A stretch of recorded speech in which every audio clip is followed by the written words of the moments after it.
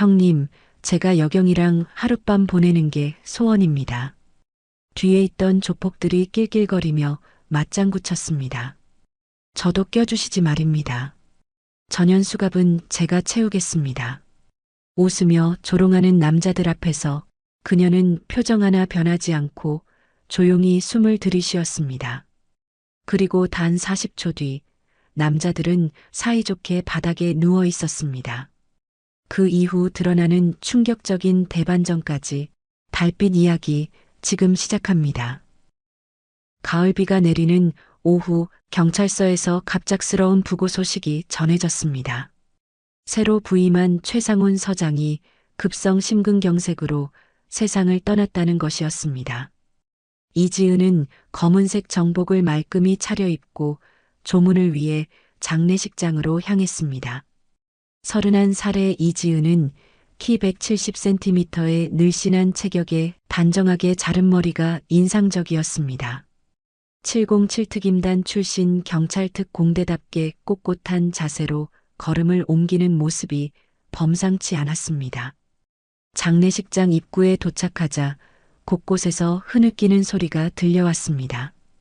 복도를 따라 걷던 이지은은 갑자기 옆쪽 빈소에서 들려오는 큰 소리에 발걸음을 멈췄습니다. 야, 이 새끼야. 돈 언제 갚을 거야? 제발 여기서는.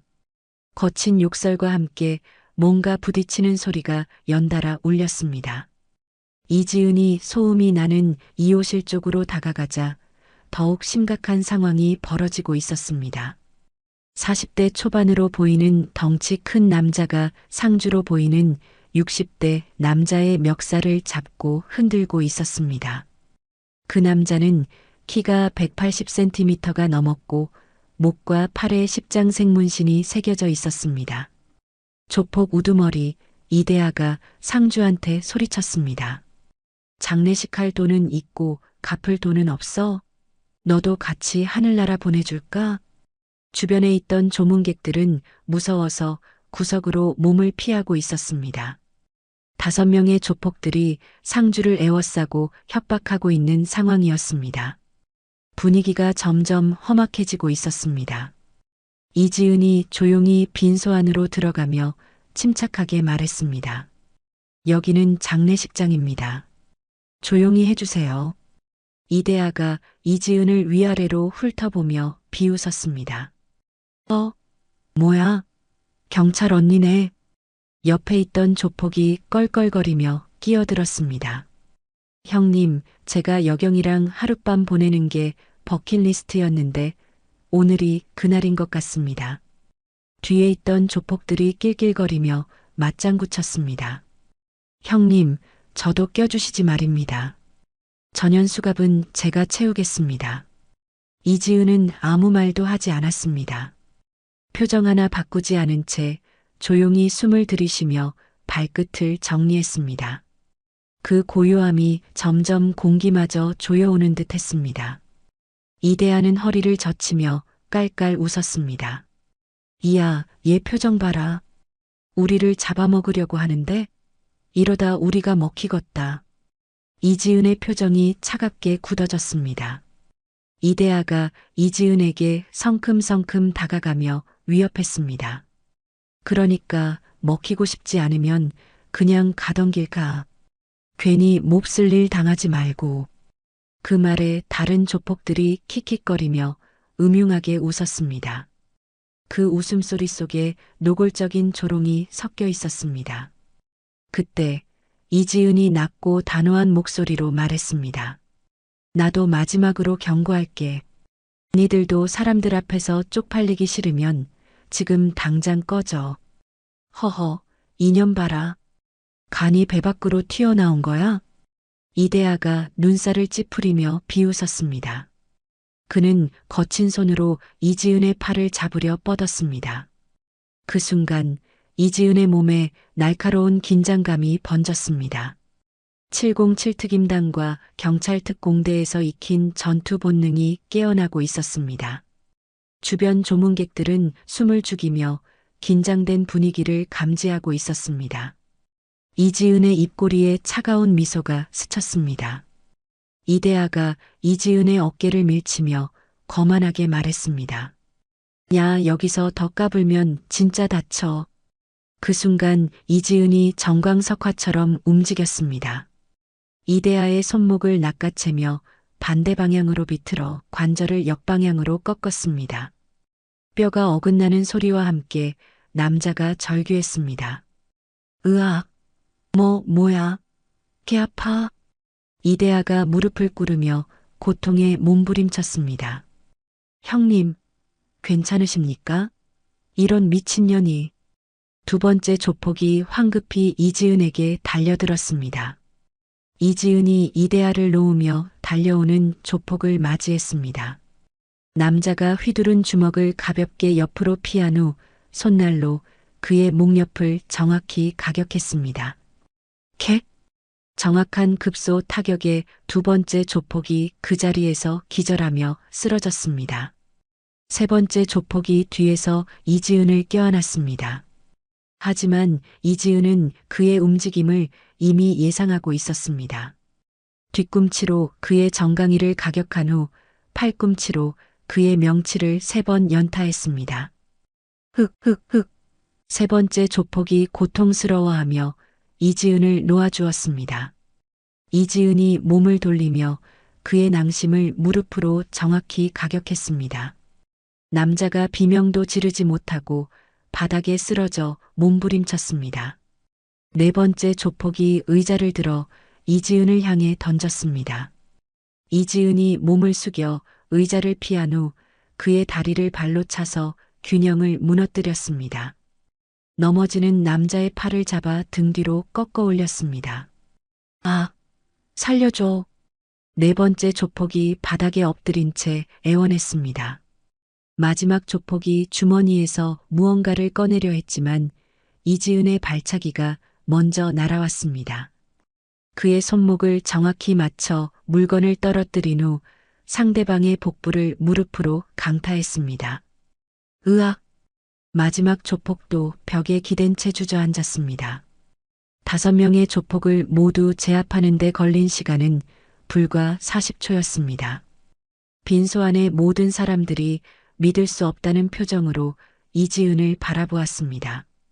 상주였던 젊은 남자는 입을 벌린 채 멍하니 서 있었습니다. 이지은은 흐트러진 옷깃을 정리하며 수만 번 거칠게 쉬지 않았습니다. 머리카락 한 올도 흐트러지지 않은 모습이 더욱 놀라웠습니다. 이대하가 손목을 부여잡고 떨리는 목소리로 말했습니다. 너 뭐야? 대체 뭐하는 년이야? 이지은이 차갑게 내려다보며 단호하게 말했습니다. 그러니까 내가 경고할 때 그냥 꺼지라고 했지. 사람들 앞에서 안 쪽팔리냐? 이 덩어리들아? 다른 조폭들이 서둘러 일어나려 했지만 이지은의 시선에 움츠러들었습니다. 이대하가 부하들을 재촉하며 비틀거렸습니다. 야, 이 새끼들아. 가자. 조폭들이 서둘러 빈소를 빠져나가는 모습은 처절했습니다. 상주가 이지은에게 깊숙이 절하며 말했습니다. 정말 감사합니다, 경찰관님. 어떻게 감사를 드려야 할지. 이지은이 정중히 고개를 끄덕이며 대답했습니다. 아니에요. 당연한 일을 했을 뿐입니다. 주변 조문객들도 이지은을 경외의 눈빛으로 바라보며 박수를 쳤습니다. 방금 벌어진 일이 현실인지 꿈인지 구분하기 어려웠기 때문입니다. 조폭들을 제압한 후 이지은은 흐트러진 제복을 정리하고 원래 가려던 서장의 빈소로 향했습니다. 복도를 걸으며 그녀는 방금 일어난 일을 되돌아봤지만 별다른 감정의 변화는 없었습니다. 사무실 빈소 앞에 도착하자 조용한 분위기가 이지은을 맞았습니다. 문 앞에는 고 최상훈이라는 명패가 걸려 있었습니다. 이지은은 깊게 숨을 들이쉬고 빈소 안으로 들어갔습니다. 빈소 안에는 서장의 영정 사진이 놓여 있었고 그 앞에 한 여인이 앉아 있었습니다. 60대 초반으로 보이는 그 여인은 검은 한복을 단정히 차려입고 있었습니다. 망연자실한 표정으로 조문객들을 맞고 있었지만 깊은 슬픔이 그녀의 얼굴에 어려 있었습니다. 이지은이 조용히 다가가 정중하게 인사했습니다. 안녕하세요. 이지은입니다. 서장님의 갑작스러운 별세에 깊은 조의를 표합니다. 김미화가 고개를 들어 이지은을 바라보았습니다. 순간 그녀의 눈빛이 놀라움으로 가득 찼습니다. 마치 유령을 본 것처럼 김미화의 얼굴이 하얗게 질렸습니다. 아, 네. 고맙습니다. 김미화가 떨리는 목소리로 대답했습니다. 하지만 그녀의 시선은 이지은의 얼굴에서 떠나지 않았습니다.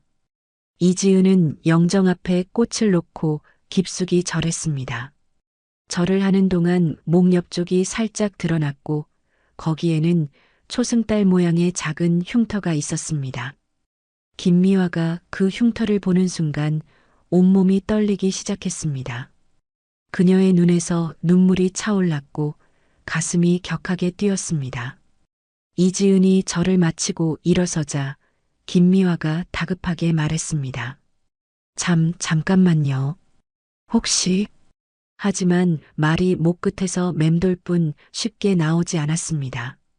김미화가 떨리는 손으로 이지은에게 다가왔습니다. 혹시 이름이 뭐라고 하셨죠? 이지은이 정중하게 대답했습니다. 이지은입니다.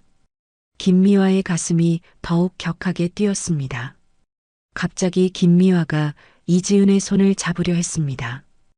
혹시 부모님은... 바로 그때 이지은의 휴대폰이 요란하게 울렸습니다. 이지은이 급하게 전화를 받았습니다. 여보세요? 네, 선생님. 전화기 너머로 간절한 목소리가 들려왔습니다. 지은 씨, 지금 도윤 씨 상태가 좋지 않습니다. 빨리 와주셔야 할 것 같아요. 이지은의 얼굴이 순간 창백해졌습니다. 네, 알겠습니다. 지금 바로 갈게요. 이지은이 서둘러 전화를 끊고 김미화에게 고개를 숙였습니다. 죄송합니다. 급한 일이 생겨서. 김미화가 아쉬워하며 이지은의 소매를 붙잡았습니다. 잠깐만요. 제발 잠깐만. 하지만 이지은은 이미 빈소를 나서고 있었습니다. 남편의 위급한 상황에 다른 생각을 할 여유가 없었기 때문입니다. 김미화는 이지은의 뒷모습을 바라보며 눈물을 흘렸습니다. 그녀의 가슴에는 말할 수 없는 아픔과 그리움이 밀려왔습니다. 주차장으로 뛰어가던 이지은은 손이 떨리며 차 키를 떨어뜨렸습니다. 바닥에서 키를 주워들며 그녀는 간절히 기도했습니다. 제발 남편에게 아무 일도 일어나지 않기를 바라면서 차에 시동을 걸었습니다. 병원으로 가는 길에 이지은은 신호등에서 잠깐 멈췄을 때 백미러를 통해 자신의 목을 보았습니다. 김미화가 유독 관심을 보였던 초승달 흉터가 목 옆에 있었습니다. 어릴 적 어떻게 생긴 흉터인지도 기억나지 않는 상처였습니다. 한편 장례식장에서는 김미화가 남편의 영정 앞에 무릎을 꿇고 있었습니다. 김미화가 떨리는 손으로 지갑에서 낡은 사진 한 장을 꺼냈습니다. 5살 정도 된 어린 소녀가 환하게 웃고 있는 사진이었습니다. 소녀의 목에는 작은 초승달 모양의 흉터가 희미하게 보였습니다. 목의 흉터까지 똑같아요, 여보. 김미화가 사진을 가슴에 꼭 안으며 눈물을 흘렸습니다. 병원에 도착한 이지은은 중환자실로 뛰어갔습니다. 투명한 유리창 너머로 산소 마스크를 쓰고 누워있는 박도윤이 보였습니다. 그의 얼굴은 창백했고 각종 의료기기들이 그를 둘러싸고 있었습니다. 김민준 박사가 이지은에게 다가왔습니다. 간 기능이 급격히 악화되고 있습니다. 지금 상태로는... 이지은이 의사의 말을 끊었습니다. 뭐든지 할 수 있는 치료는 다 해주세요. 제발이요. 김민준 박사가 고개를 저었습니다. 이제는 간이식만이 유일한 방법입니다. 하지만 적합한 기증자를 찾기가... 이지은의 가슴이 무너져 내렸습니다. 남편의 생명이 위급한 상황에서 가족도 없고 기증자도 찾을 수 없는 절망적인 현실이 그녀를 짓눌렀습니다. 이지은은 남편 박도윤이 입원한 병원 중환자실 앞에서 사흘째 밤을 지새우고 있었습니다.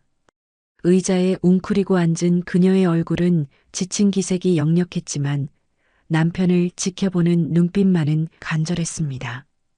간이식 수술을 위한 적합한 기증자를 찾기 위해 온갖 방법을 동원해봤지만 소득이 없었습니다.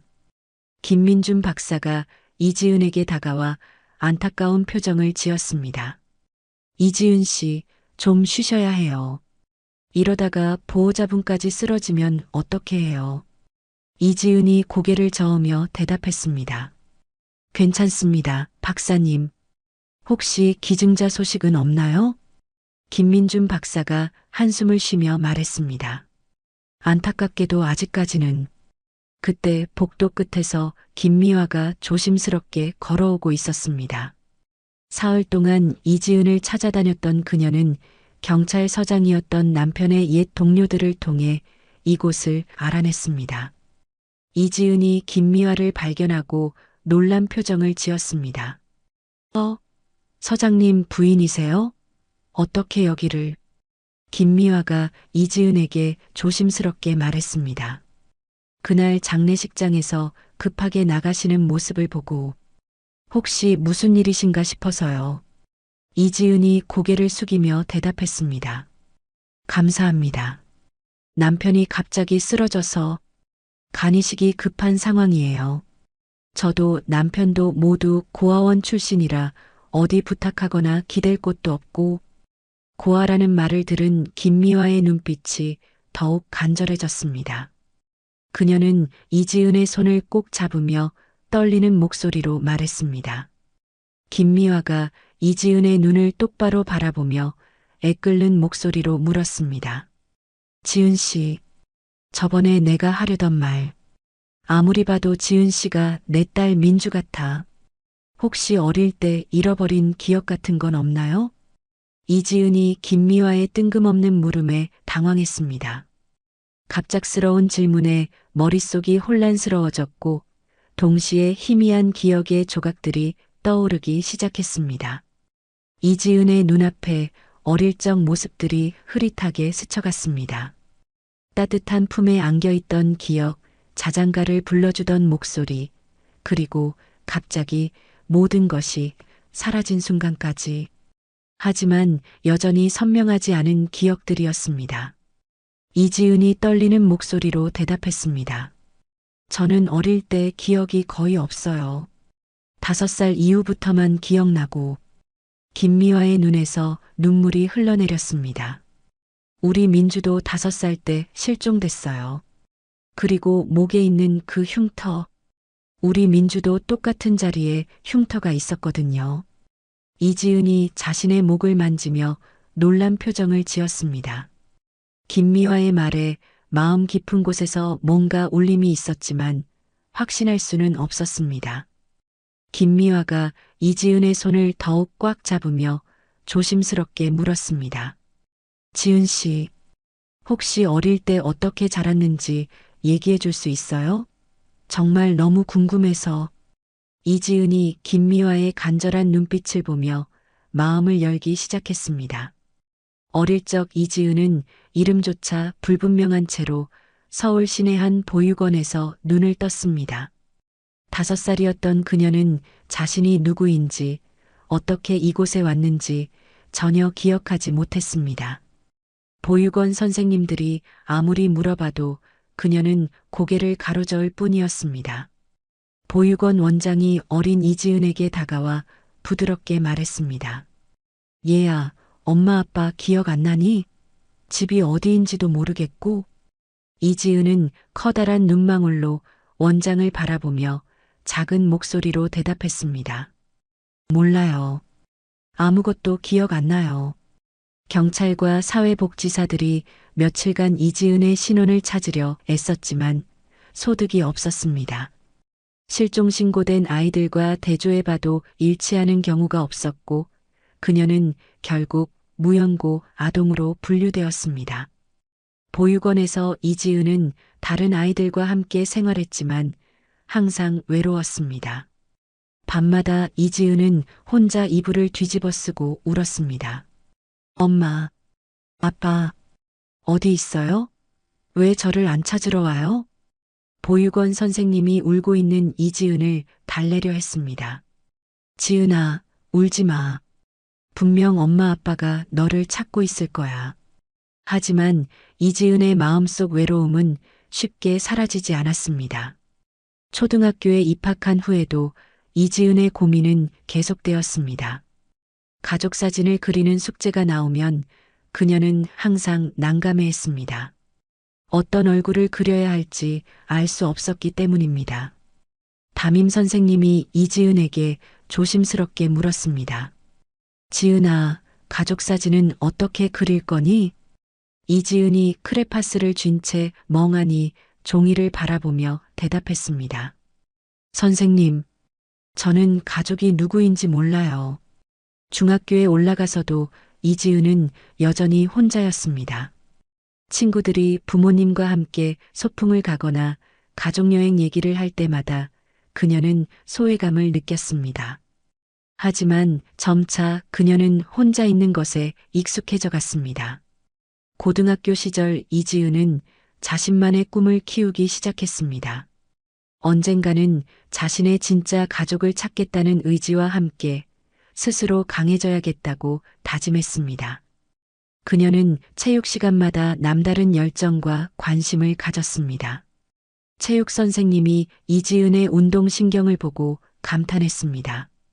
지은아, 너 정말 운동신경이 좋구나. 이걸 잘 살려서 진로를 생각해 보는 게 어떨까? 이지은의 눈빛이 반짝였습니다. 강해지고 싶다는 욕망과 가족을 찾고 싶다는 간절함이 그녀를 움직이는 원동력이 되었습니다. 고등학교 졸업을 앞두고 그녀는 큰 결심을 하게 되었습니다. 고등학교를 졸업한 이지은은 자신의 존재 이유와 소속감을 찾기 위해 군 입대를 결심했습니다. 특히 707특임단이라는 이름을 들었을 때 그녀의 가슴은 이상하게 뛰었습니다. 가족도 없고 의지할 곳도 없는 자신에게는 강한 소속감의 조직이 필요하다고 생각했습니다. 입대 전날 밤 이지은은 보육원 마지막 날을 보내며 다짐했습니다.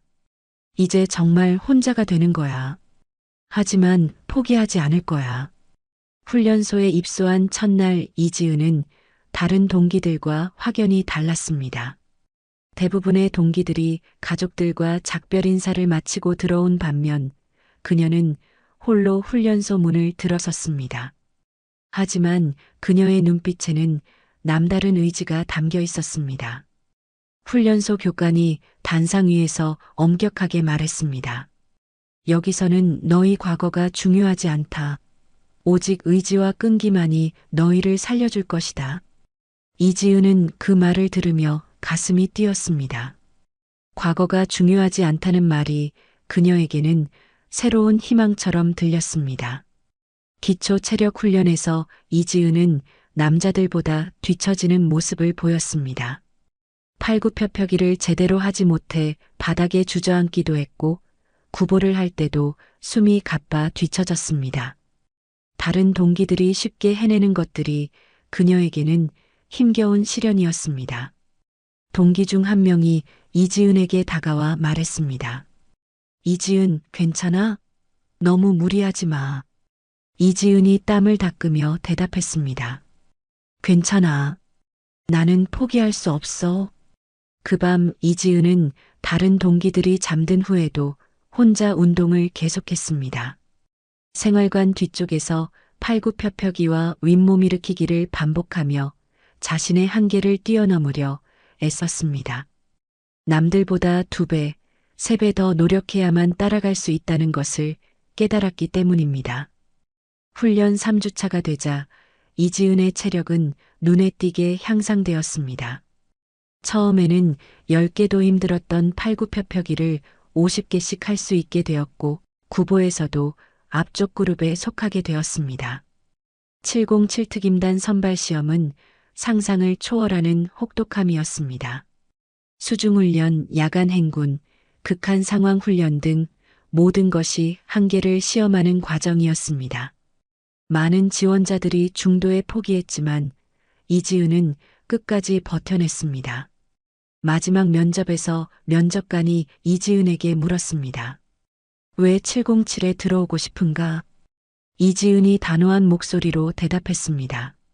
제게는 지킬 가족도 없고 돌아갈 곳도 없습니다.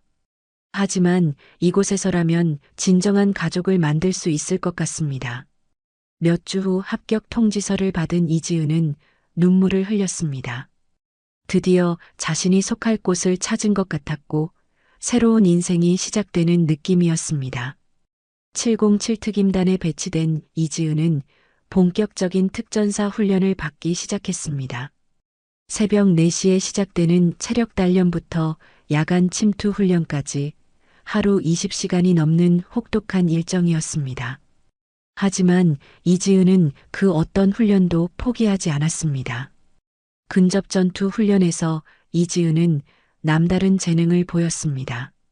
교관이 시범을 보이는 격투술 동작을 한 번만 봐도 완벽하게 따라했고 실전에서도 뛰어난 응용력을 발휘했습니다. 사격 훈련에서도 이지은은 두각을 나타냈습니다. 처음 총을 잡아본 것임에도 불구하고 명중률이 95%를 넘었고 움직이는 표적을 맞추는 고급 과정에서도 상위권 성적을 기록했습니다. 동기들 사이에서도 그녀의 실력은 이미 소문이 나 있었습니다. 6개월 후 이지은은 첫 실전 임무에 투입되었습니다. 테러범 소탕 작전이었는데 선배들과 함께 적진에 침투하는 것이었습니다. 작전 브리핑을 받는 동안 이지은의 심장은 격하게 뛰었지만 동시에 이상한 흥분감도 느꼈습니다. 작전 중 이지은은 완벽한 팀워크를 보여주었습니다. 선배들의 지시를 정확히 따르면서도 위험한 순간에는 재빠른 판단력으로 동료들을 구해냈습니다. 임무를 성공적으로 마친 후 부대장이 그녀를 칭찬했습니다. 부대장이 이지은의 어깨를 두드리며 말했습니다. 이지은 하사, 첫 실전치고는 정말 훌륭했다. 앞으로가 기대되는군. 이지은이 경례를 하며 대답했습니다. 감사합니다, 부대장님. 하지만 그날 밤 이지은은 악몽에 시달렸습니다. 어릴 적 잃어버린 기억들이 파편처럼 떠올랐다가 사라지기를 반복했습니다. 따뜻한 품, 자장가 소리, 그리고 갑자기 모든 것이 어둠 속으로 사라지는 장면까지. 이지은이 식은땀을 흘리며 잠에서 깨어났습니다. 엄마, 아빠. 늦은 밤 혼자 앉아 창밖을 바라보며 이지은은 생각에 잠겼습니다. 707에서 동료들과 함께 있을 때는 외로움을 잊을 수 있었지만 혼자 있을 때면 여전히 공허함이 밀려왔습니다. 선배 부사관이 이지은에게 다가와 말했습니다. 지은아, 왜 안 자고 있어? 내일 또 훈련 있는데. 이지은이 고개를 돌리며 대답했습니다. 선배, 저는 언제쯤 제 가족을 찾을 수 있을까요? 선배가 이지은 옆에 앉으며 말했습니다. 우리가 내 가족이잖아. 707이 너의 진짜 집이야. 이지은은 선배의 말에 고개를 끄덕였지만 마음 깊은 곳의 그리움은 여전히 사라지지 않았습니다. 그녀는 매일 밤 잃어버린 기억을 되찾고 싶다는 간절한 소망을 품으며 잠들었습니다. 707특임단에서 3년째 복무 중이던 이지은은 휴가를 맞아 서울 시내 한 대학병원에 건강검진을 받으러 갔습니다. 병원 복도를 걷던 이지은은 박도윤과 우연히 어깨를 부딪혔습니다. 박도윤은 깡마른 몸에 병색이 완연했지만 그의 눈빛은 깊은 슬픔과 함께 알 수 없는 강인함을 담고 있었습니다.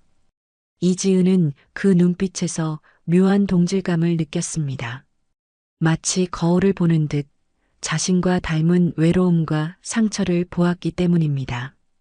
이지은이 먼저 고개를 숙이며 사과했습니다. 죄송합니다. 제가 앞을 제대로 보지 못했습니다. 박도윤은 괜찮다고 말하며 살짝 미소 지었습니다. 아닙니다. 제가 몸이 좀 불편해서 부딪힌 것 같습니다. 그 미소에서 이지은은 왠지 모를 편안함을 느꼈습니다. 두 사람은 병원 로비의 벤치에 나란히 앉아 이야기를 나누기 시작했습니다. 박도윤은 자신이 어린 시절부터 간 기능이 좋지 않아 병원을 제 집처럼 드나들었다는 이야기를 담담하게 꺼냈습니다. 박도윤이 한숨을 쉬며 말했습니다. 저는 태어날 때부터 좀 아팠습니다. 부모님도 계시지 않아서 이렇게 혼자 병원에 오는 일이 많았어요. 그는 고아로 자라면서 세상에 대한 불신과 깊은 상처를 가슴에 품고 있었습니다. 친구도 없이 홀로 병마와 싸워온 그의 이야기에 이지은은 깊이 공감했습니다. 그녀 또한 기억을 잃은 채 홀로 세상에 던져진 외로움을 누구보다 잘 알고 있었기 때문입니다. 이지은이 자신의 손을 내려다보며 말했습니다. 저도 어릴 적 기억이 없어요. 그래서 항상 혼자라는 느낌을 지울 수 없었습니다. 박도윤은 이지은의 이야기에 귀 기울이며 고개를 끄덕였습니다. 그는 이지은의 강인함 속에서 묘한 슬픔을 읽었고 그녀에게서 자신과 같은 아픔을 가진 사람만이 줄 수 있는 진정한 위로를 받았습니다. 박도윤이 이지은의 눈을 바라보며 말했습니다. 지은 씨 얘기를 들으니 왠지 모르게 저도 모르게 위로가 되네요. 이지은이 그의 눈을 마주보며 조용히 대답했습니다. 저도 그래요, 도윤 씨. 당신을 만나니 왠지 모르게 마음이 편안해집니다. 처음 만났는데도 낯설지 않네요. 두 사람은 서로의 아픔을 보듬어주고 위로하며 빠르게 가까워졌습니다. 대화는 밤늦도록 이어졌고 그들은 서로에게 솔직한 마음을 털어놓으며 깊은 유대감을 형성했습니다. 이지은은 박도윤에게서 잃어버린 가족의 온기를 느꼈습니다. 따뜻하고 편안한 감정이 온몸을 감쌌습니다. 박도윤 역시 이지은에게서 세상에 대한 희망을 찾았습니다. 혼자라고 생각했던 세상에 자신을 이해해주는 존재가 있다는 사실만으로도 그는 큰 위안을 얻었습니다. 박도윤이 이지은의 손을 잡으며 조심스럽게 말했습니다. 다음에 또 만날 수 있을까요, 지은 씨? 이지은이 그의 손을 꼭 잡으며 미소 지었습니다. 네, 저도 그러고 싶어요, 도윤 씨. 그들은 서로에게 유일한 안식처가 되어 주었습니다. 병든 몸으로 투병 생활을 이어가야 했던 박도윤의 곁을 이지은은 묵묵히 지켜주었습니다. 그녀는 박도윤의 손을 잡고 병원 복도를 함께 걷거나 따뜻한 차를 내어주며 그의 통증을 함께 견뎌냈습니다. 박도윤은 이지은의 존재만으로도 큰 힘을 얻었고 이지은은 그를 통해 사랑하는 법을 배웠습니다. 그들은 서로의 상처를 딛고 진정한 사랑에 빠졌습니다. 이지은의 휴가가 끝날 무렵 두 사람은 다음 만남을 기약하며 아쉬운 작별을 고했습니다. 이지은과 박도윤이 만난 지 1년 후 두 사람의 사랑은 더욱 깊어졌습니다. 박도윤은 그녀에게 조심스럽게 청혼했습니다. 한강공원 벤치에 앉아 석양을 바라보며 박도윤이 떨리는 목소리로 말했습니다. 박도윤이 이지은의 손을 잡으며 말했습니다. 지은아, 나와 결혼해 줄래? 우리 둘 다 가족이 없지만 서로가 서로에게 진짜 가족이 되어주자. 이지은의 눈에 눈물이 고였습니다. 그녀가 평생 그리워했던 가족이라는 단어를 박도윤이 선물해 준 것 같았습니다. 이지은이 고개를 끄덕이며 대답했습니다. 네, 좋아요. 우리 진짜 가족이 되어요. 작은 교회에서 열린 두 사람의 결혼식에는 707 동료들과 박도윤의 직장 동료들만이 참석했습니다. 가족이 없는 두 사람이었지만 서로를 바라보는 눈빛만으로도 충분히 행복해 보였습니다. 이지은은 웨딩드레스를 입고서도 늠름한 자세를 잃지 않았고 박도윤은 그런 그녀를 자랑스럽게 바라보았습니다. 결혼 후 이지은은 전역을 하고 새로운 인생을 고민하기 시작했습니다. 707에서의 경험을 살려 경찰이 되기로 결심했습니다. 잃어버린 가족을 찾는데도 도움이 될 것이라는 생각도 있었습니다. 박도윤이 이지은의 결정을 듣고 걱정스럽게 말했습니다. 박도윤은 비록 몸이 약했지만 그녀의 결정을 누구보다 존중하고 지지했습니다. 그는 이지은의 손을 잡으며 말했습니다. 지은이 내가 원하는 일이라면 무엇이든 지지할게. 첫 배치를 받은 이지은은 열정적으로 일했습니다. 작은 사건부터 큰 사건까지 성실하게 처리했고 시민들로부터 신뢰를 얻었습니다. 특히 실종자나 가족을 찾는 사건에는 남다른 열정을 보였습니다. 선배가 이지은을 보며 말했습니다. 이지은, 실종 사건만 나오면 눈빛이 달라지네. 개인적인 사연이 있나? 이지은이 씁쓸하게 웃으며 대답했습니다. 저도 어릴 때 가족을 잃어서요. 그런 아픔을 아니까 더 열심히 하게 되는 것 같아요. 집에서는 박도윤의 건강을 세심히 챙겼습니다. 정기검진을 거르지 않게 하고 몸에 좋은 음식을 해주며 무리하지 않도록 항상 신경 썼습니다. 박도윤도 아내의 사랑에 보답하려고 자신의 건강 관리에 더욱 신경을 썼습니다. 저녁 식사 자리에서 박도윤이 이지은에게 말했습니다. 여보, 고마워. 당신 덕분에 나는 정말 행복해. 이지은이 따뜻하게 웃으며 대답했습니다. 저도 당신 때문에 행복해요. 우리 오래오래 함께해요. 두 사람은 서로를 믿고 의지하며 하루하루를 소중히 살아갔습니다. 하지만 박도윤의 간 기능은 서서히 악화되고 있었습니다. 이지은에게는 박도윤이 유일한 가족이었고 그를 지키는 것이 자신의 사명이라고 생각했습니다.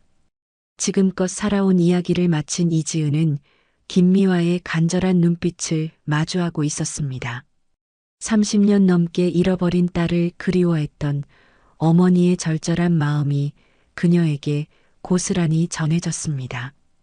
이지은의 가슴 깊은 곳에서 뭔가 울림이 있었지만 아직 확신할 수는 없었습니다. 김미화가 이지은의 손을 더욱 꽉 잡으며 떨리는 목소리로 말했습니다.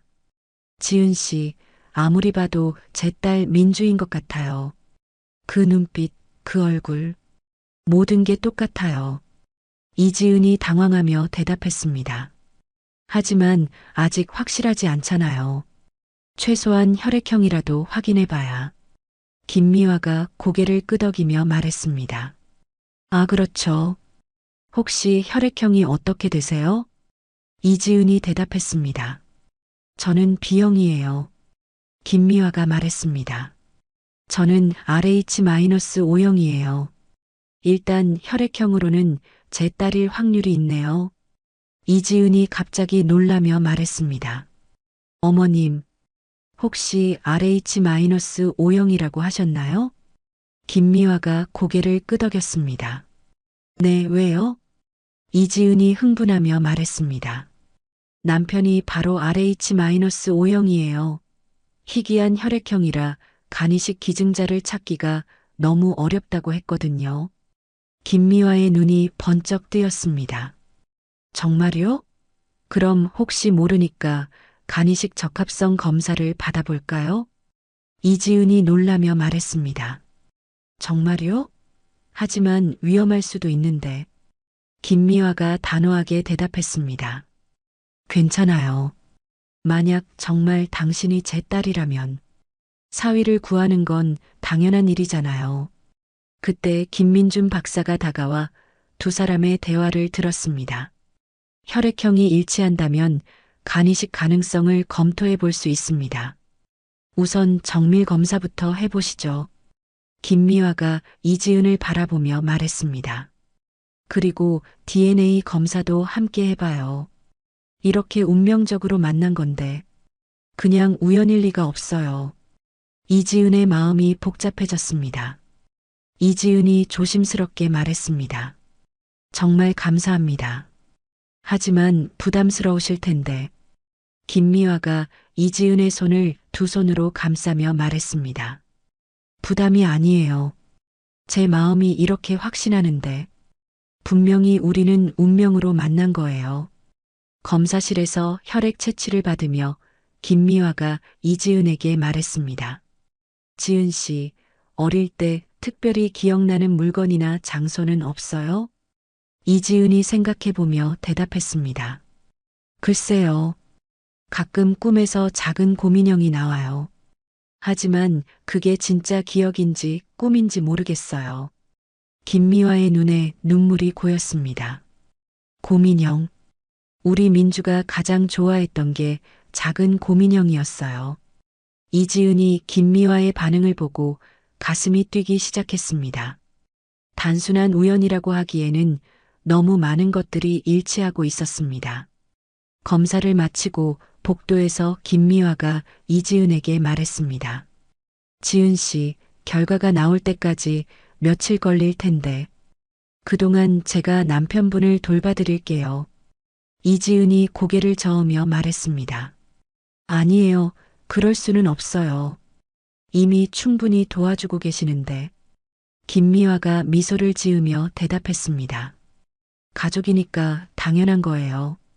아직 확실하지는 않지만 제 마음은 이미 확신하고 있어요.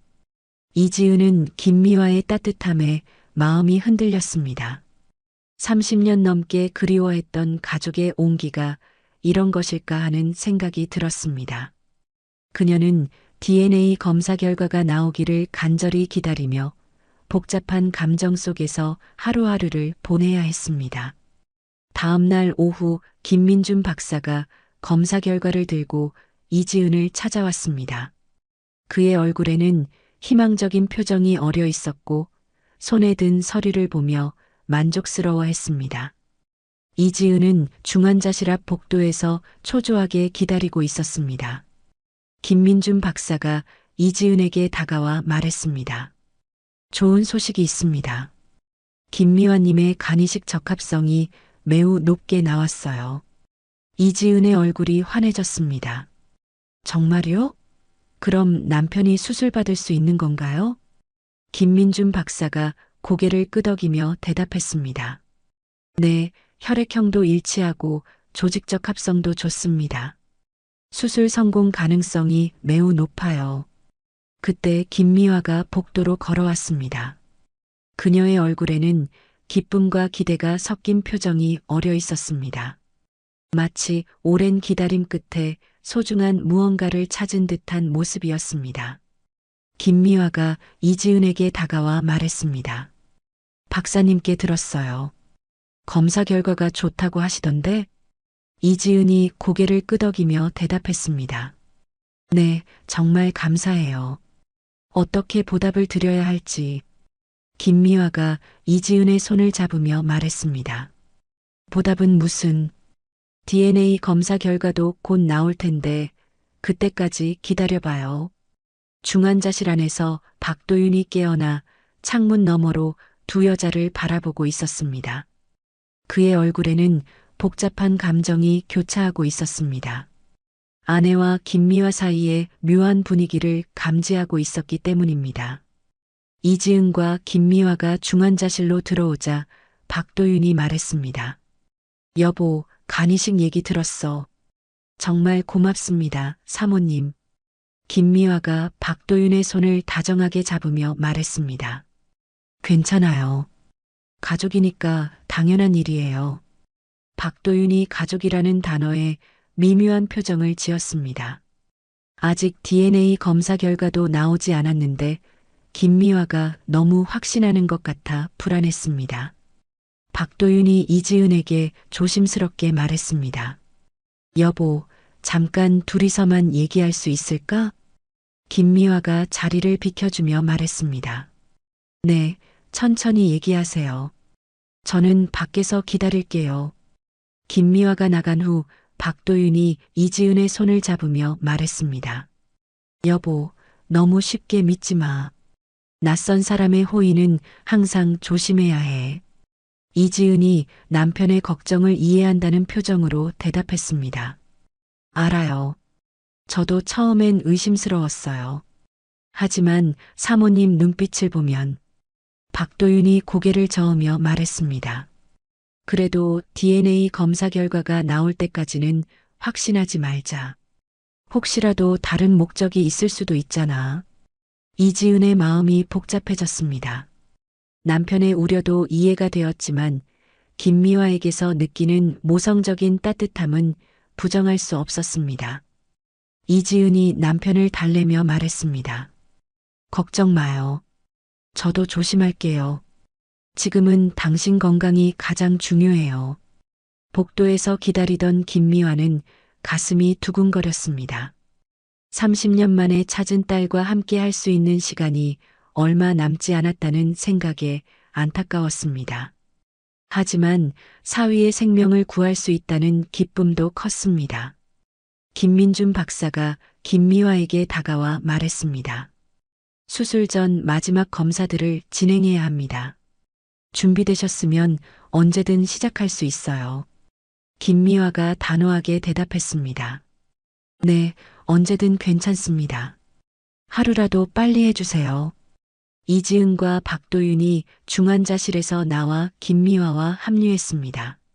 세 사람의 얼굴에는 각각 다른 감정이 어려 있었지만 모두 같은 목표를 향해 마음을 모으고 있었습니다. DNA 검사 결과가 모든 것을 결정할 중요한 열쇠였습니다. 그날 밤 박도윤의 상태가 급격히 악화되었습니다. 응급실로 옮겨진 그는 의식을 잃고 각종 생명유지 장치에 의존하게 되었습니다.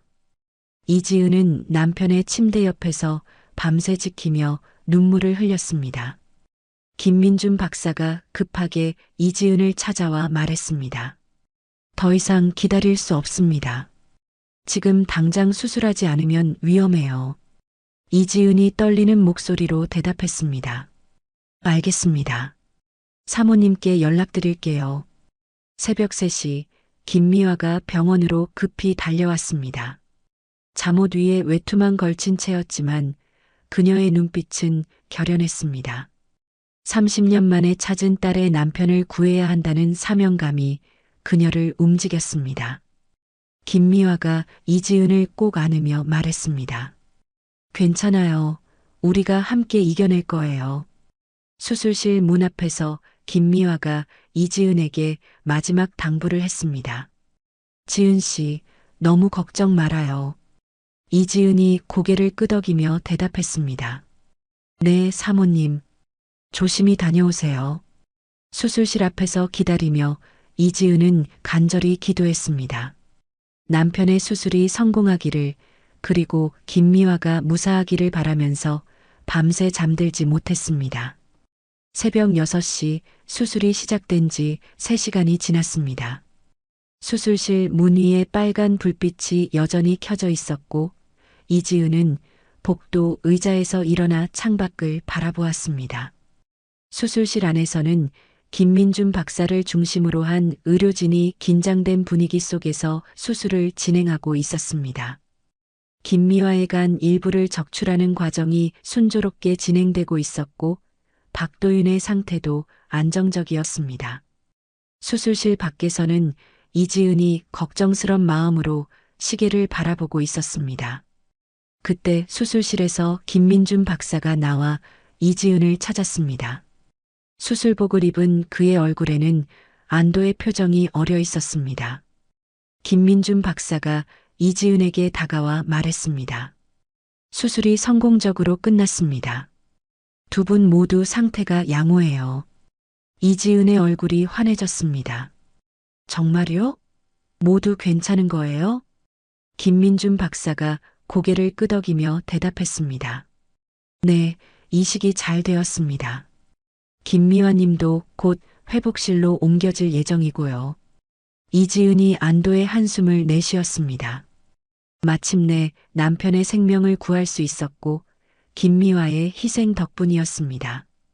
회복실로 이동하는 길에 이지은은 김미화와 박도윤을 번갈아 보며 감격했습니다. 두 사람 모두 안정적으로 잠들어 있었고 의료진들도 만족스러워했습니다. 이지은이 김미화의 손을 잡으며 작은 목소리로 말했습니다. 사모님, 정말 고마워요. 어떻게 이 은혜를 갚아야 할지. 잠들어 있던 김미화가 희미하게 눈을 뜨며 말했습니다. 지은 씨, 괜찮아? 남편은 어때요? 이지은이 눈물을 흘리며 대답했습니다. 네, 모두 잘 됐어요. 사모님 덕분이에요. 수술 후 사흘이 지나 김미화와 박도윤 모두 회복이 순조롭게 진행되고 있었습니다. 그때 김민준 박사가 심각한 표정으로 회복실에 들어왔습니다. 그의 손에는 DNA 검사 결과지가 들려 있었고 얼굴에는 당혹감이 어려 있었습니다. 이지은과 김미화 모두 긴장한 표정으로 그를 바라보았습니다. 김민준 박사가 조심스럽게 입을 열었습니다. 검사 결과가 나왔는데 좀 의외의 결과가 나왔습니다.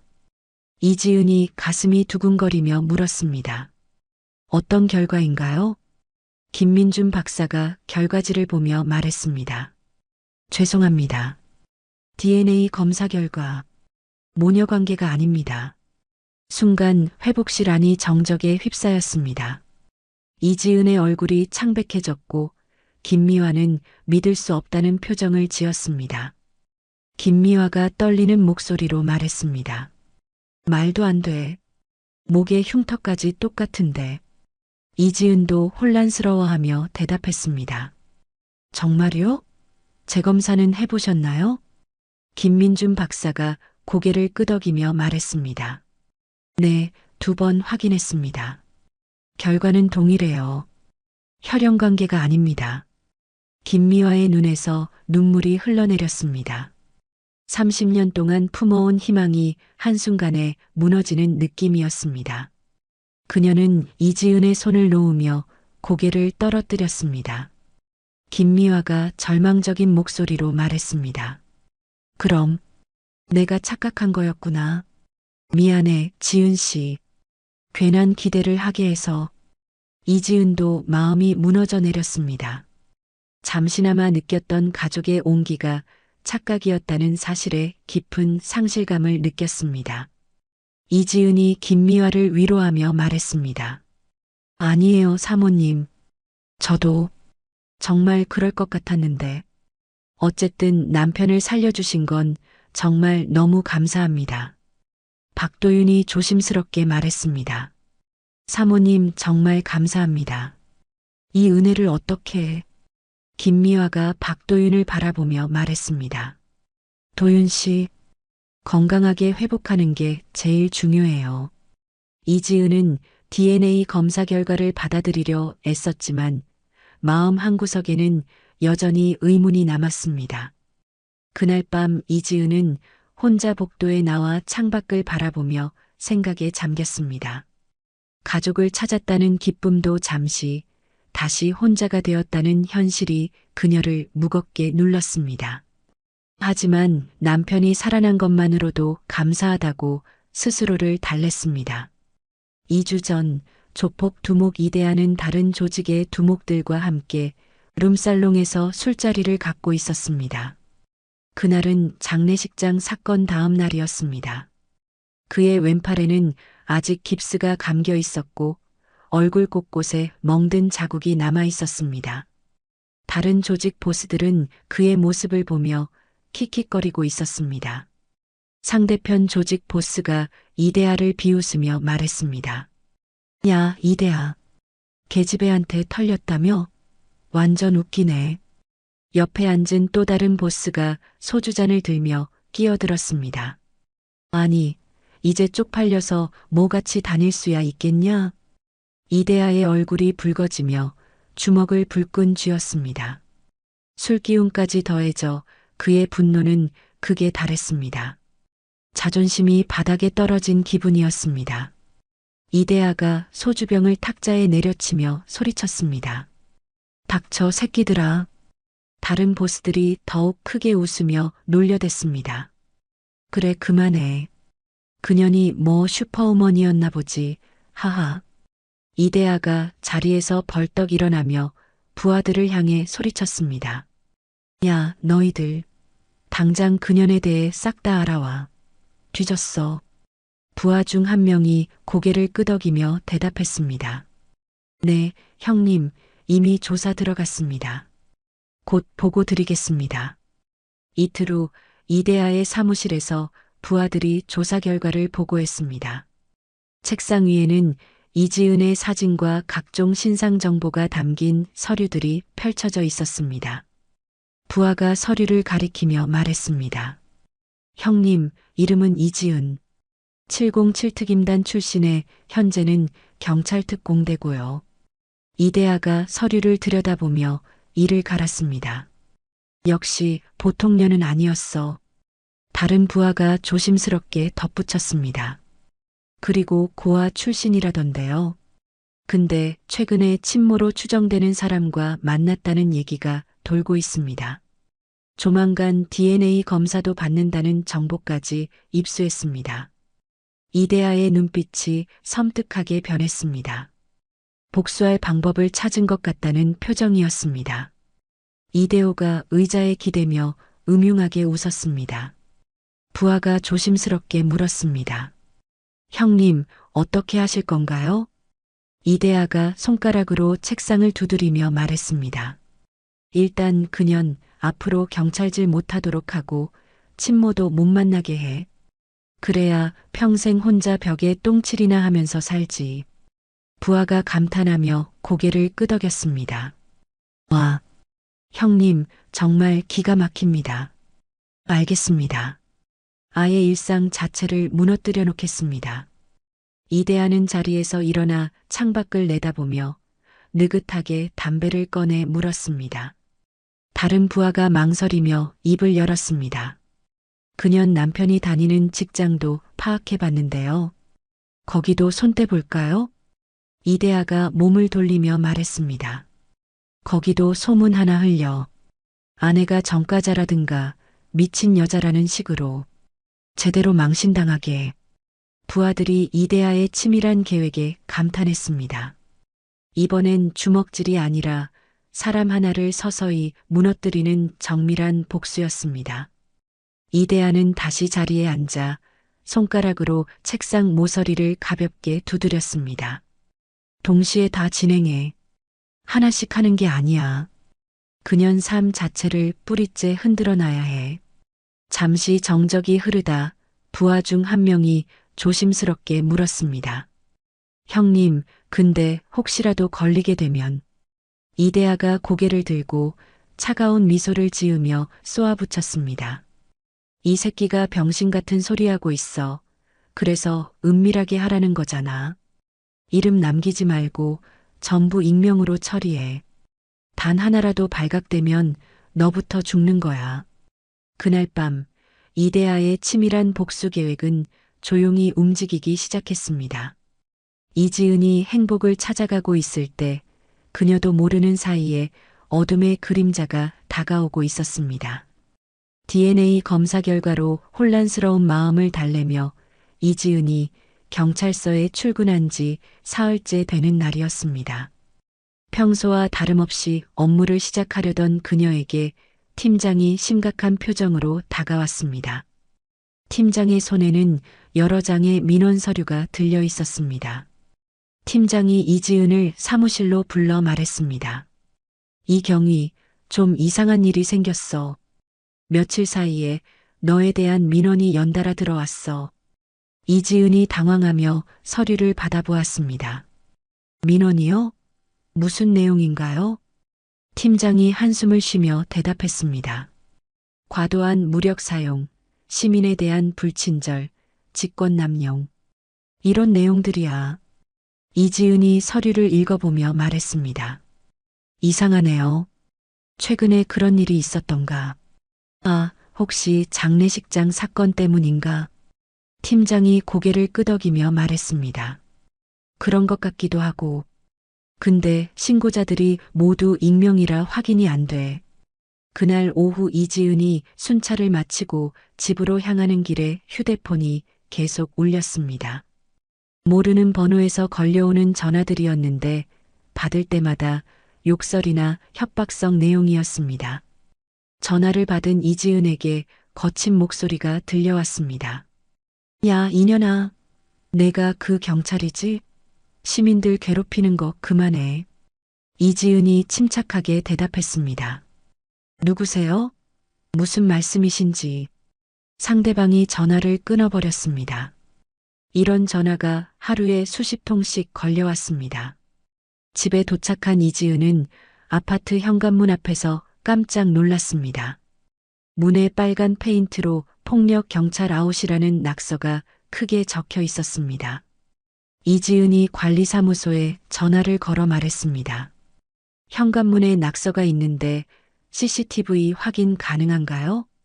관리소 직원이 대답했습니다. 그쪽은 사각지대라서 죄송합니다. 바로 지워드릴게요.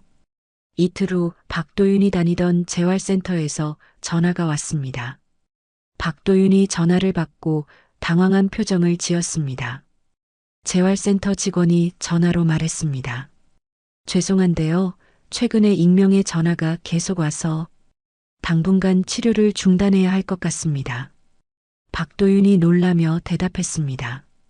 갑자기 왜요? 무슨 전화가 왔길래? 재활센터 직원이 난처한 목소리로 말했습니다.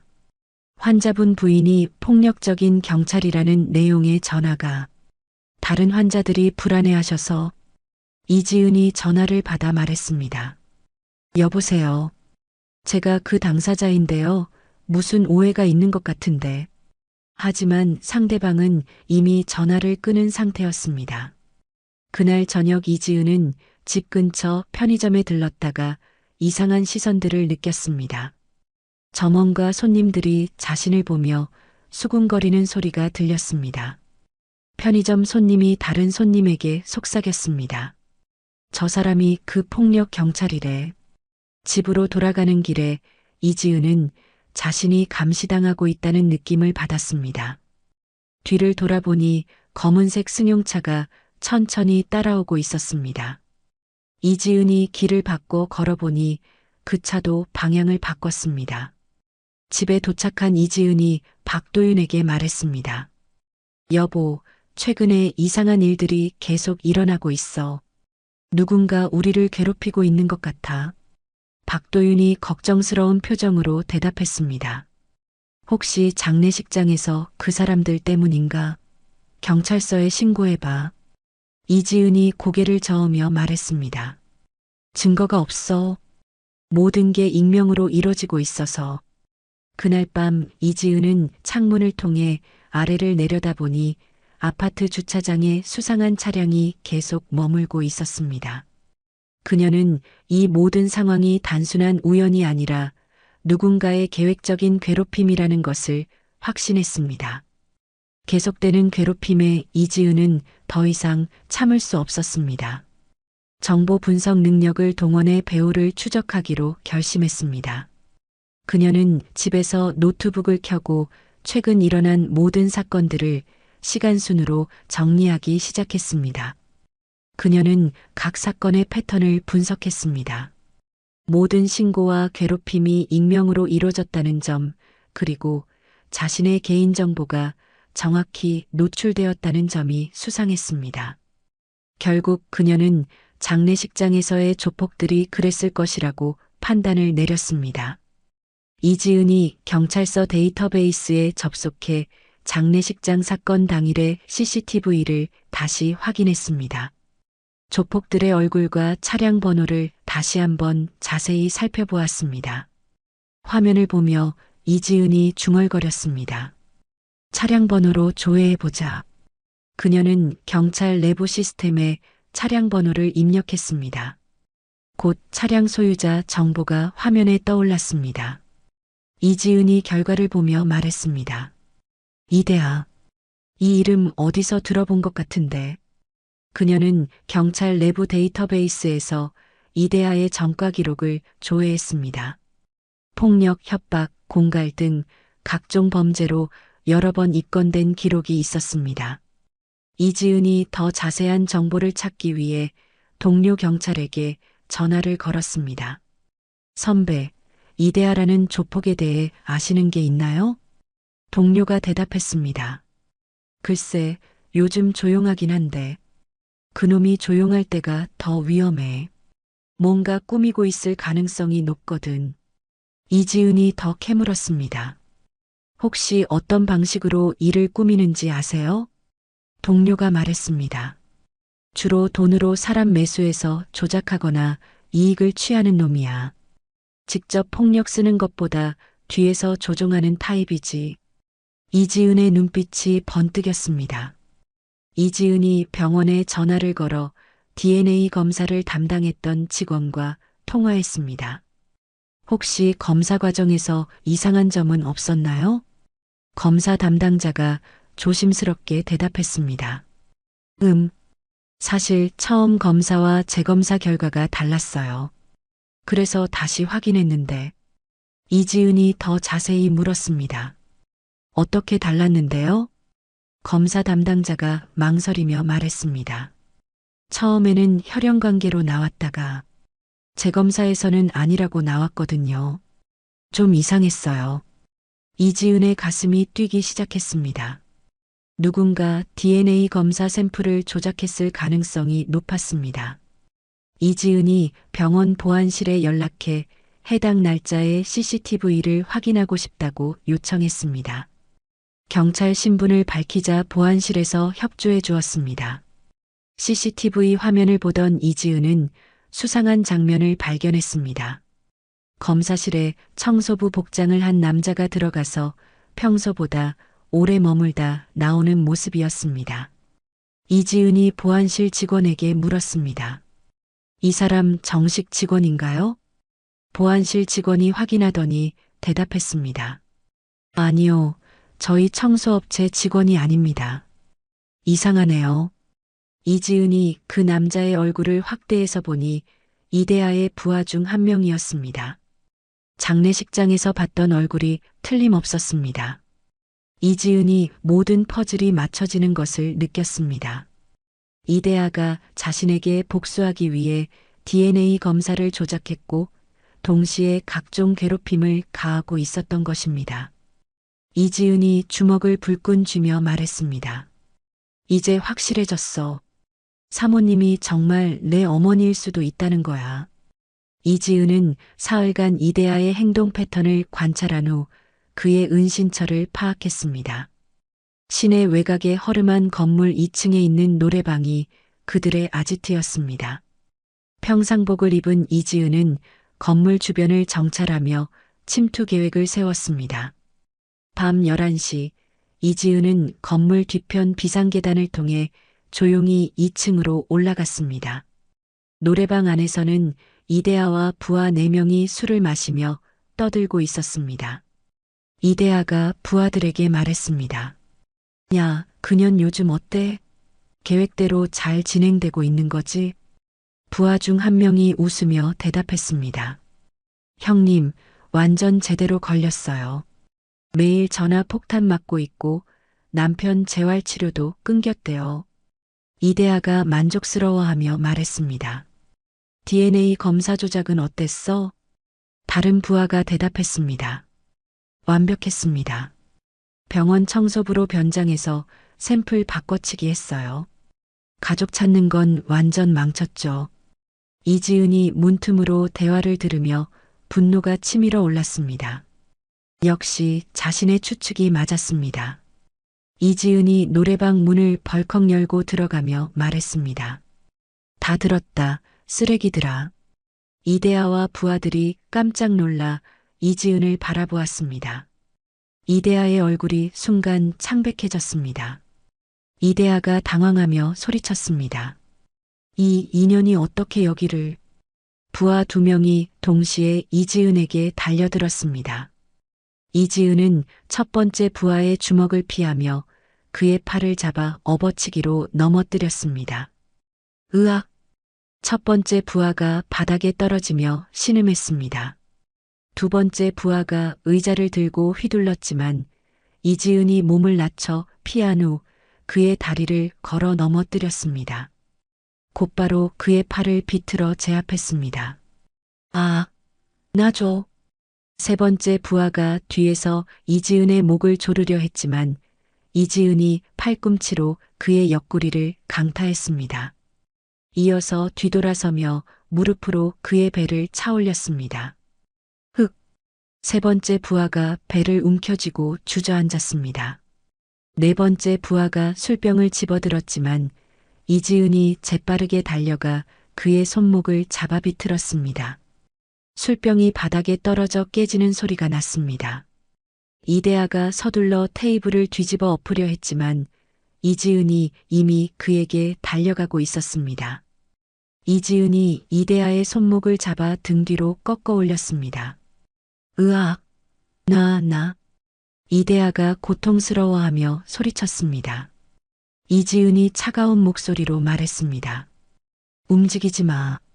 팔 부러뜨리기 전에. 이지은이 이대하를 제압한 채 그들의 노트북을 켰습니다. 화면에는 자신에 대한 각종 정보와 복수 계획이 상세히 저장되어 있었습니다. 이지은이 파일들을 확인하며 말했습니다. DNA 검사 조작, 익명 신고, 협박 전화.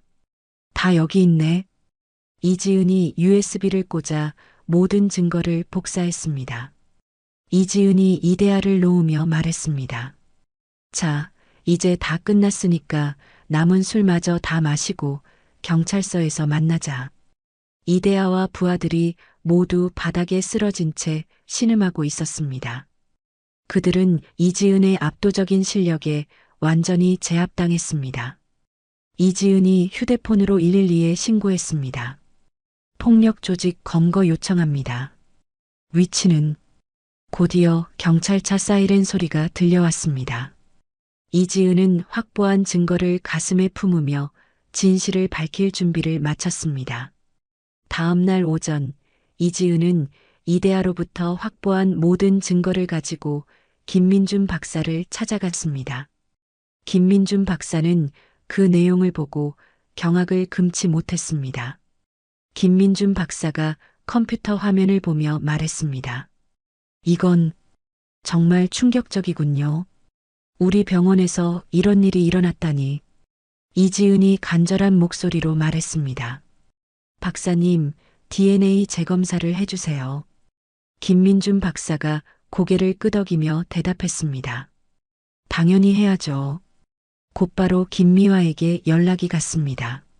전화를 받은 김미화의 목소리에는 떨림과 기대가 섞여 있었습니다. 김미화가 전화로 말했습니다. 정말요? 그럼 혹시 우리가 정말 모녀일 수도 있다는 건가요? 이지은이 대답했습니다. 네, 사모님. 저도 그럴 가능성이 높다고 생각해요. 다시 한번 확인해 봐요. 새로운 DNA 검사가 진행되었습니다.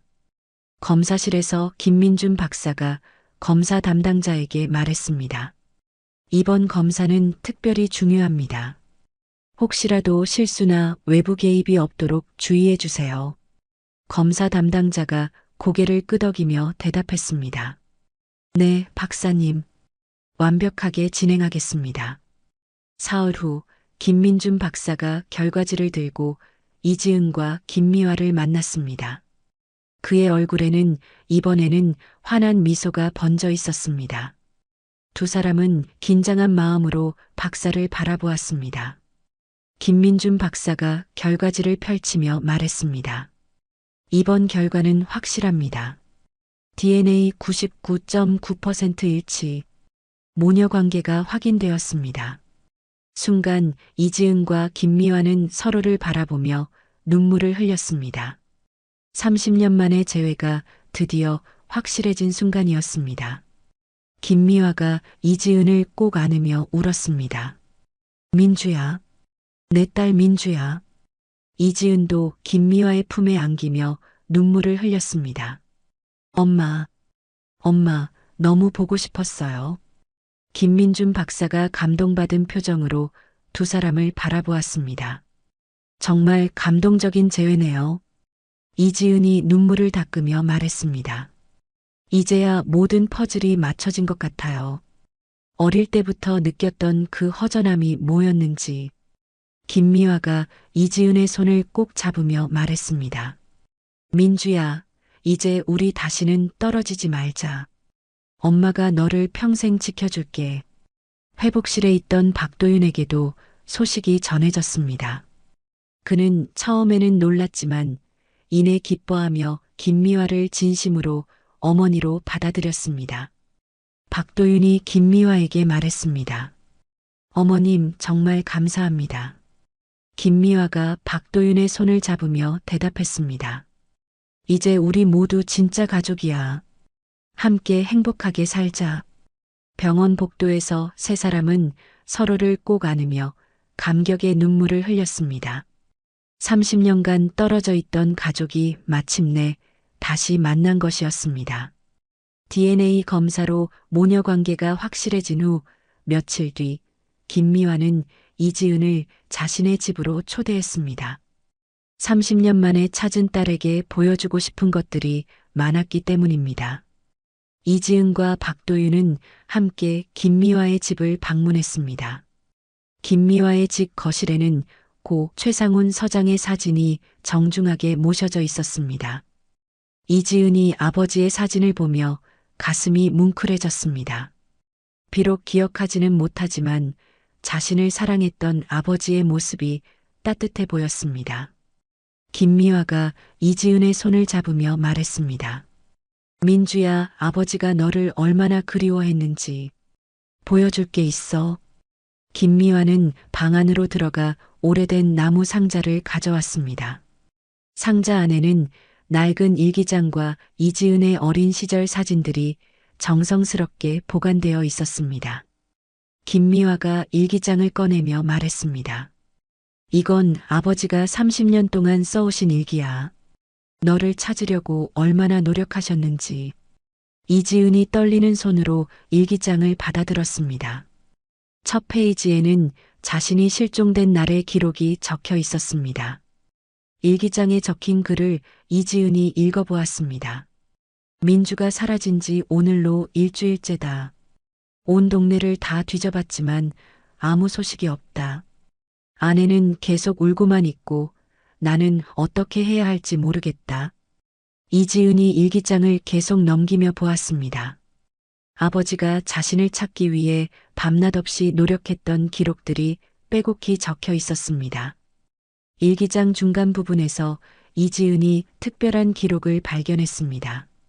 오늘 새싹 보육원에서 민주와 비슷한 나이의 아이를 봤다. 혹시나 해서 확인해 봤지만 우리 민주가 아니었다. 그래도 그 아이가 불쌍해서 후원금을 조금 보냈다.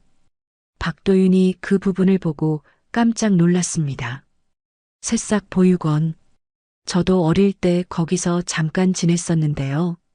이지은과 김미화가 동시에 박도윤을 바라보았습니다.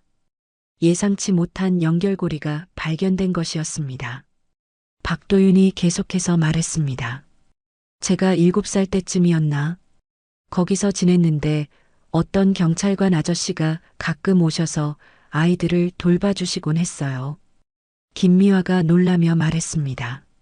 그게 우리 남편이었구나. 민주를 찾다가 도윤이를 만났던 거네. 이지은이 일기장의 마지막 부분으로 넘어갔습니다. 거기에는 최근 날짜의 기록들이 있었습니다. 새로 부임한 서부경찰서에 이지은이라는 경위가 있다. 나이도 비슷하고 얼굴이 우리 민주와 너무 닮았다. 특히 목 옆에 흉터까지. 하지만 섣부른 판단은 이르다. 이지은이 그 부분을 읽으며 숨을 멈췄습니다. 아버지가 자신을 알아보고 있었다는 것이었습니다. 일기는 계속되었습니다. 오늘 이지은 경위와 짧게 인사를 나눴다. 가슴이 뛰어서 당장이라도 달려가서 물어보고 싶지만 만약 다른 사람이라면 그분에게 상처가 될 수도 있다. 김미화가 이지은의 어깨를 감싸며 말했습니다. 아버지도 눈치채고 계셨구나. 마지막 일기 내용이 이어졌습니다. 조금 더 정보를 모아보고 신중하게 접근해야겠다. 혹시 민주가 아닐 수도 있으니까 조심스럽게 이야기해봐야겠다. 내일 이지은 경위와 개별 면담 시간을 잡아봐야겠다. 그 다음 페이지는 비어 있었습니다. 최 서장이 그날 밤 급성 심근경색으로 세상을 떠났기 때문이었습니다. 이지은의 눈에서 눈물이 흘러내렸습니다. 김미화가 남편의 사진을 바라보며 말했습니다. 남편이 얼마나 조심스러워했는지 너에게 상처 주고 싶지 않아서 그랬던 거야. 박도윤도 감동받은 표정으로 말했습니다. 장인어른께서 그렇게 신중하게 생각하고 계셨다니 정말 따뜻한 분이셨네요. 이지은이 일기장을 가슴에 안으며 말했습니다. 아버지, 늦었지만 딸이 돌아왔어요. 그리고 아버지가 돌봐주신 도윤이와 결혼해서 행복하게 살고 있어요. 그날 밤 세 사람은 아버지의 사진 앞에서 함께 기도했습니다. 아버지가 끝내 하지 못한 말을 이제야 알게 되었고 그의 조심스러운 사랑도 함께 느낄 수 있었습니다. 모든 것이 우연이 아닌 운명이었다는 것을 다시 한번 확인하며 그들은 더욱 깊은 유대감을 느꼈습니다. 박도윤이 태어난 후 이지은은 김미화를 자신의 집으로 모셨습니다. 넓지는 않았지만 따뜻한 분위기의 아파트에서 세 사람이 함께 생활하기 시작했습니다. 30년 만에 이뤄진 가족의 재회는 모든 것을 새롭게 만들어 주었습니다. 김미화가 이지은의 집 곳곳을 둘러보며 말했습니다. 민주야, 집이 참 따뜻하게 꾸며져 있구나. 역시 우리 딸이야. 이지은이 김미화의 팔을 부드럽게 잡으며 대답했습니다. 엄마가 계시니까 더 따뜻해진 것 같아요. 이제 진짜 집 같아요. 거실에서 박도윤이 소파에 편안하게 앉아 두 여자의 모습을 바라보았습니다. 건강을 되찾은 그의 얼굴에는 생기가 돌았고 가족과 함께하는 일상이 얼마나 소중한지 새삼 깨달았습니다. 저녁 준비를 하며 이지은과 김미화가 함께 부엌에 서 있었습니다. 김미화가 이지은에게 어릴 적 좋아했던 음식들을 하나씩 알려주었습니다. 김미화가 당근을 썰며 말했습니다. 민주야, 너 어릴 때 당근을 정말 싫어했어. 그래서 엄마가 아주 잘게 썰어서 넣어줬지. 이지은이 신기해하며 대답했습니다. 정말요? 지금도 당근을 별로 안 좋아하는데. 역시 엄마 딸이네요.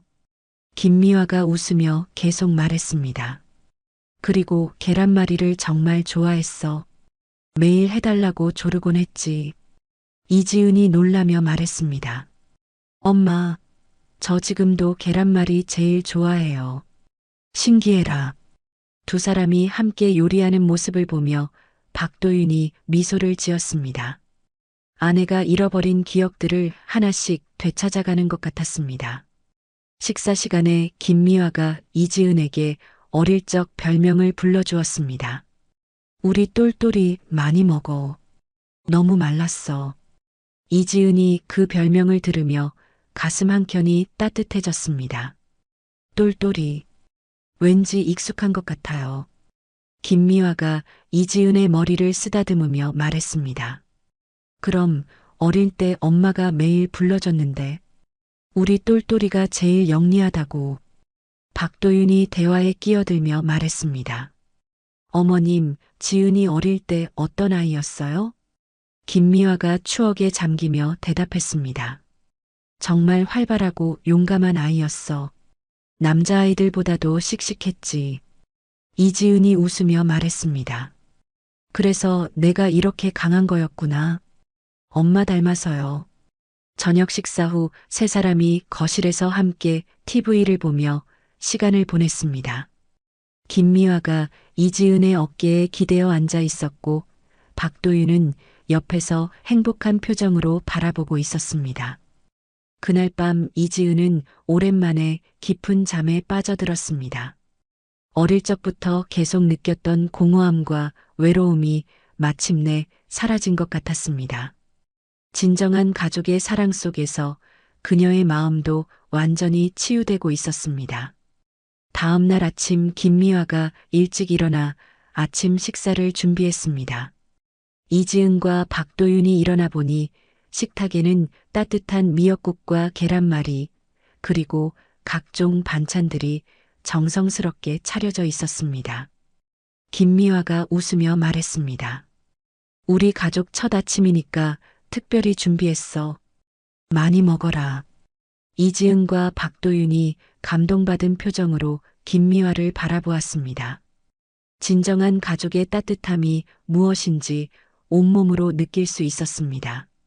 세 사람의 새로운 삶이 이렇게 아름답게 시작되고 있었습니다.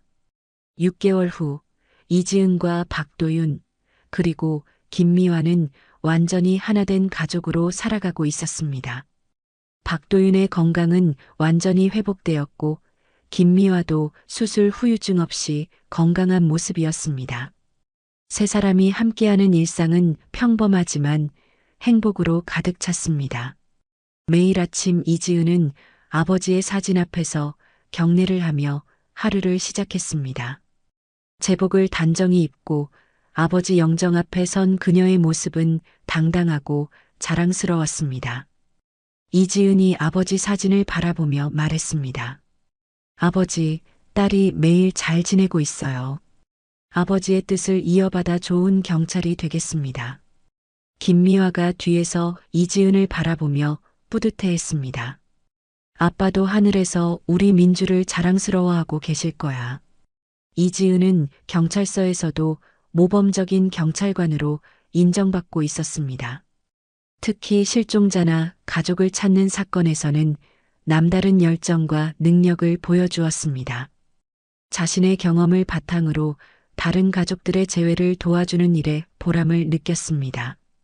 동료 경찰이 이지은에게 말했습니다.